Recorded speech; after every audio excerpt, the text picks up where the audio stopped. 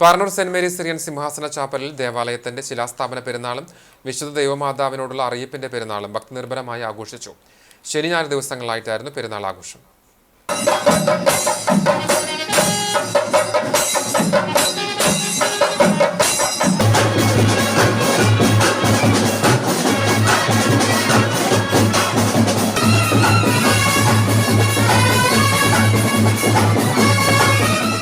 November 16-ന് കുർബാനയ്ക്ക് ശേഷം പെരുന്നാൾ ആഘോഷത്തിന് തുടക്കം കുറിച്ച് കൊടിമര കൂദാശയും തുടർന്ന് കൊടിയേറ്റവും നടന്നിരുന്നു. ശനി ഞായർ ദിവസങ്ങളിലായി ആഘോഷിച്ച പെരുന്നാളിൻ്റെ ഭാഗമായി ശനിയാഴ്ച വൈകിട്ട് സന്ധ്യാപ്രാർത്ഥനയും തുടർന്ന് 7 മണിക്ക് ദേശം ചുറ്റിയുള്ള പ്രദക്ഷിണവും നടന്നു. പെരുന്നാൾ ആഘോഷിച്ച ഞായറാഴ്ച രാവിലെ 7-ന് പ്രഭാത പ്രാർത്ഥനയും 7:45-ന് മൂന്നിന്മേൽ കുർബാനയും നടന്നു. ഉച്ചതിരിഞ്ഞ് 3:45-ന് വിവിധ ആഘോഷ കമ്മിറ്റികളുടെ നേതൃത്വത്തിലുള്ള പെരുന്നാൾ എഴുന്നള്ളിപ്പുകൾ ആരംഭിച്ച് ദേവാലയത്തിലെത്തി സമാപിച്ചു.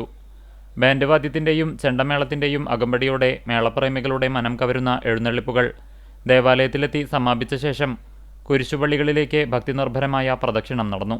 തുടർന്ന് വൈകിട്ട് 5-ന് നേർച്ച സദ്യയുമുണ്ടായി.